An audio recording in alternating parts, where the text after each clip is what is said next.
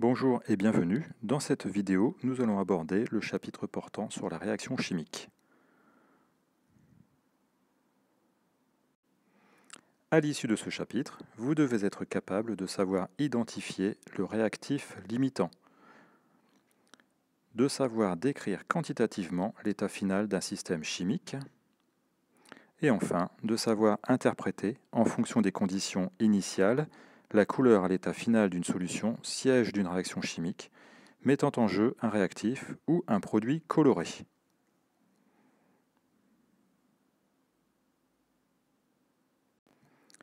La couleur des feuilles des arbres évolue entre le printemps et l'automne. Elle est due à la présence de molécules de chlorophylle différentes.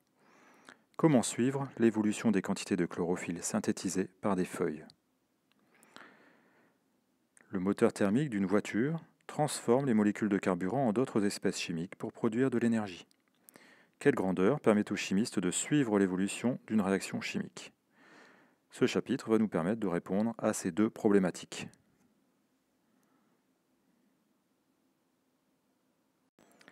Avant de vous présenter l'évolution d'un système chimique, je vais vous faire quelques rappels.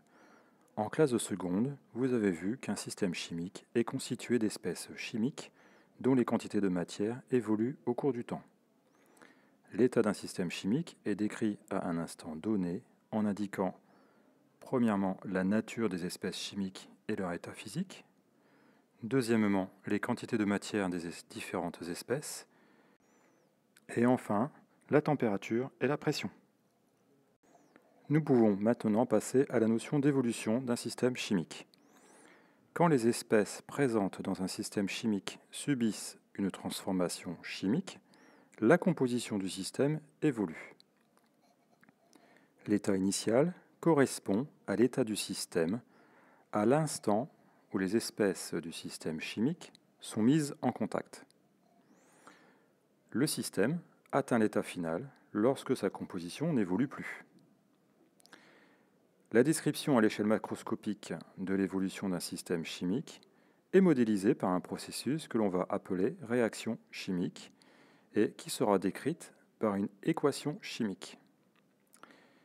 Et pour écrire l'équation de la réaction, il faut respecter la loi de conservation des éléments chimiques et la loi de conservation de la charge électrique de part et d'autre de la flèche, symbolisant le processus d'évolution.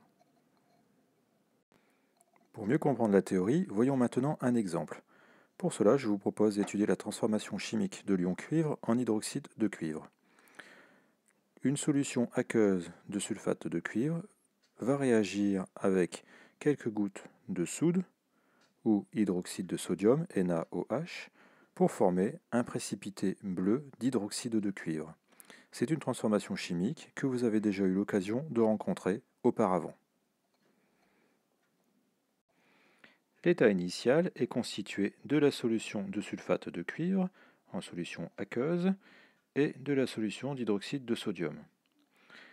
L'état final, lui, va apparaître une fois que la transformation chimique sera complète, c'est-à-dire quand il y aura eu formation du précipité d'hydroxyde de cuivre bleu.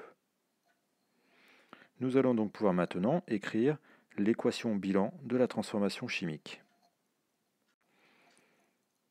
Je vais commencer par écrire les réactifs à gauche de la flèche, puis ensuite écrire les produits obtenus à droite de la flèche. De façon à simplifier l'équation bilan, je vais tout simplement éliminer les ions spectateurs qui n'interviennent pas dans la transformation chimique et qui pourraient donc parasiter la compréhension de l'équation. Premier réactif, les ions cuivre, Cu2+, en solution aqueuse. Deuxième réactif, les ions hydroxyde, HO- en solution aqueuse également. La flèche pour symboliser la transformation chimique qui va se réaliser.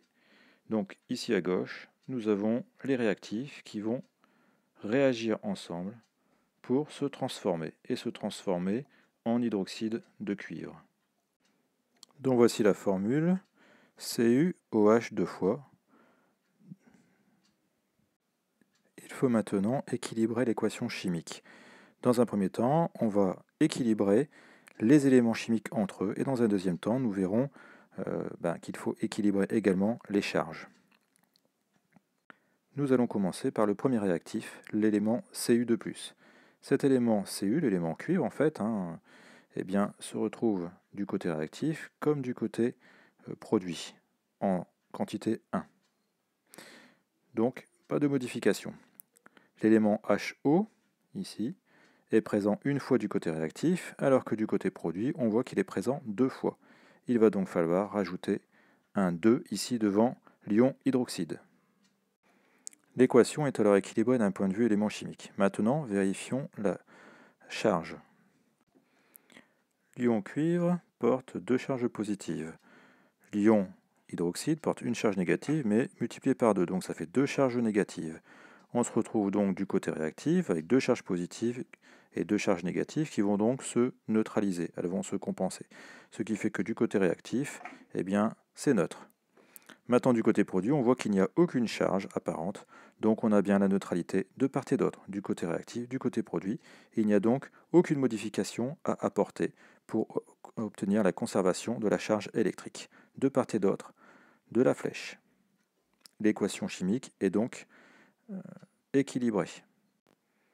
Attention, réaliser la conservation de la charge électrique ne veut pas dire qu'il faut avoir de part et d'autre de la flèche la neutralité électrique, c'est-à-dire du côté réactif la neutralité et du côté produit la neutralité également. Cela veut tout simplement dire que du côté réactif comme du côté produit, on doit avoir le même nombre de charges, qu'elles soient positives ou qu'elles soient négatives, ou que les charges électriques soient neutres. Voyons maintenant la notion de stoichiométrie d'une réaction chimique. On appelle stoichiométrie les relations de proportionnalité qui existent entre les quantités de matière consommées des réactifs et les quantités de matière formées des produits. Prenons l'exemple de la combustion complète du méthane pour illustrer cette notion de stoichiométrie. Lors de la combustion complète du méthane, celui-ci réagit avec le dioxygène pour former du dioxyde de carbone et de l'eau, selon cette réaction chimique, ici équilibrée. On peut dire que la consommation d'une mole de CH4 et de 2 moles de dioxygène entraîne la formation d'une mole de dioxyde de carbone et de 2 moles d'eau. On constate aussi que la consommation de 10 moles de CH4 et de 20 moles de O2 va entraîner la formation de 10 moles de CO2 et de 20 moles d'H2O. Ainsi, le méthane et le dioxygène réagissent en moles dans des proportions de 1 pour 2. Le dioxyde de carbone et l'eau sont simultanément formés dans des proportions de 1 pour 2. Pour étudier l'évolution d'un système chimique, il faut d'abord présenter la notion d'avancement. L'avancement x est une grandeur qui permet de suivre l'évolution des quantités de matière, des réactifs et des produits au cours d'une transformation. Il s'exprime en mol. À l'état initial, l'avancement est nul, x égale à 0. À l'état final, l'avancement d'une réaction chimique atteint une valeur finale notée xf. Et nous allons voir juste après que cet avancement xf correspond tout simplement à ce que l'on peut appeler l'avancement maximal xmax. Lorsqu'au moins un des réactifs est entièrement consommé, ce réactif est alors appelé réactif limitant. L'avancement x est alors maximal, il est noté xmax. Comment procéder pour déterminer la valeur de xmax ? Eh bien, pour déterminer la valeur de l'avancement maximal xmax, on calcule les valeurs de l'avancement qui annulent les quantités de chacun des réactifs. La plus petite de ces valeurs fournit l'avancement maximal xmax. Le réactif qui lui est associé est alors le réactif limitant. Si tous les réactifs ont été consommés à l'état final, le mélange de réactifs est dit stoichiométrique. Ce qui veut dire que tous les réactifs sont limitants. Il nous reste à voir la notion de tableau d'avancement. Le tableau d'avancement décrit l'évolution des quantités de matière des réactifs et des produits de l'état initial à l'état final de la transformation chimique. Voici un modèle de tableau d'avancement. Chaque colonne du tableau d'avancement décrit la composition du système dans l'état considéré et constitue un bilan de matière. Chaque ligne du tableau d'avancement indique la quantité de matière d'une espèce dans différents états. L'état initial, l'état en cours et l'état final. La théorie est maintenant terminée et nous allons présenter un exemple pour bien fixer la compréhension du tableau d'avancement. Je vous propose d'étudier la transformation du diode en présence des ions thiosulfate en ion iodure et en ion tétrathionate. Lors d'une expérience, les quantités de matière initiale sont les suivantes. Quantité de matière à l'état initial de diode, 0,10 millimoles. Quantité de matière à l'état initial des ions thiosulfate, 0,40 millimoles. Nous allons donc pouvoir maintenant dresser le tableau d'avancement. Première ligne qui correspond ici à l'équation chimique de la transformation, ou de la réaction, qui est équilibrée. Vous voyez ensuite ici, il y a la colonne qui correspond à l'état du système, avec l'état initial, l'état en cours, l'état final. L'avancement chimique, l'état initial qui sera donc de 0. Pour l'état du système en cours, l'avancement sera x, et enfin, à l'état final, l'avancement sera à son maximal. Ici, les quantités de matière de chacun des éléments chimiques qui seront exprimées dans ce tableau en millimoles. On commence par remplir la première ligne qui correspond à l'état initial, donc pour un avancement, x est égal à 0. Dans ce cas, la réaction chimique n'a pas encore eu lieu. On se retrouve donc ici avec 0,10 millimoles de diode, puisque les quantités de matière initiale sont de 0,10 millimoles, et de 0,40 millimoles pour les ions thiosulfate, puisqu'on a vu juste avant que l'expérimentation avait mesuré 0,40 millimoles. À l'état initial, il n'y a pas encore eu de transformation chimique, donc aucun produit ne peut être formé. Les ions iodures sont donc égales à 0 en quantité de matière, et la quantité de matière des ions tétrathionates est égale aussi à 0 mol. L'équation bilan nous montre que lors de la transformation chimique, 1 mol de I2 sera consommée et réagira avec 2 mol de S2O3- pour se transformer en 2 mol de I- et 1 mol de S4O6-. Maintenant, si on transfère ça avec un nombre x mol pour un avancement x, on aura donc ici x mol de I2 qui vont réagir avec 2x mol de S2O3- pour se transformer en 2x mol de I- et 1x mol de S4O6-. Les réactifs étant consommés au cours de la transformation chimique, eh bien, on va donc avoir les quantités de matière de I2 et les quantités de matière de S2O3- qui vont diminuer au cours de la transformation chimique. On va donc par exemple pour I2 avoir 0,10 millimoles moins x mol s'il y a x mol de I2 qui réagit avec 2x mol de S2O3-.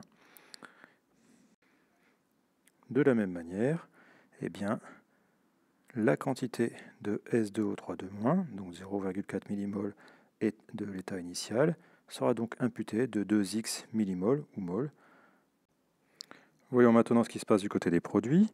Du côté des produits, on a donc ici 2x mol de I- qui sont formés au cours de la transformation chimique et x mol de S4O6- qui sont formés au cours de la même transformation chimique.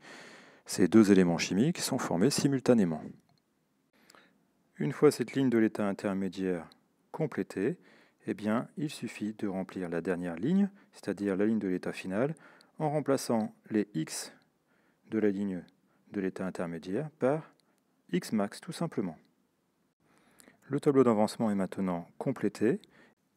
Il nous suffit maintenant de déterminer la valeur de x max.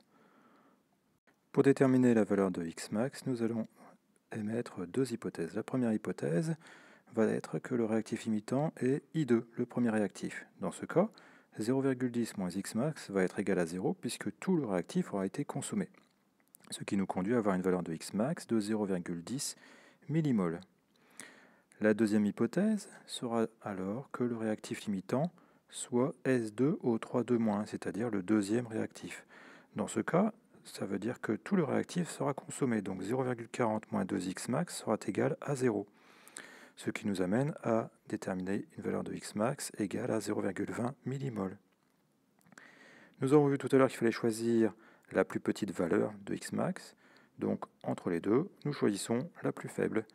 On aura donc Xmax égale 0,10 millimoles, et le réactif limitant sera donc bien ici I2, donnant une valeur de Xmax égale à 0,10 millimoles. Enfin, pour terminer, il nous reste à établir le bilan de matière à l'état final. Ainsi, à l'état final, comme le réactif limitant est I2, la quantité de matière à l'état final de diode sera de 0 mol. À l'état final, la quantité de matière de S2O32-, le deuxième réactif, sera donc la quantité initiale de S2O32- moins 2Xmax, c'est-à-dire 0,40 moins 2 fois 0,10, la valeur de Xmax. Il nous restera donc 0,20 millimoles de S2O32-. En ce qui concerne les produits, nous allons commencer par le premier produit formé, I-. I-, nous avons vu que la quantité de matière finale de I- sera donc de 2X max, donc 2 fois 0,10. Il va donc y avoir 0,20 millimoles qui seront produites. Pour les ions tétrathionates, la valeur de la quantité de matière à l'état final sera donc égale à X max, d'après le tableau d'avancement, et donc ici 0,10 millimoles. L'état final du système sera donc ainsi déterminé comme étant formation de 0,20 millimoles d'ion iodure et 0,10 millimoles d'ion tétrathionate, et il restera 0,20 millimoles d'ion thiosulfate dans le système chimique. Voilà, vous pouvez me poser toutes vos questions, je reste à votre disposition. Le cours est maintenant terminé.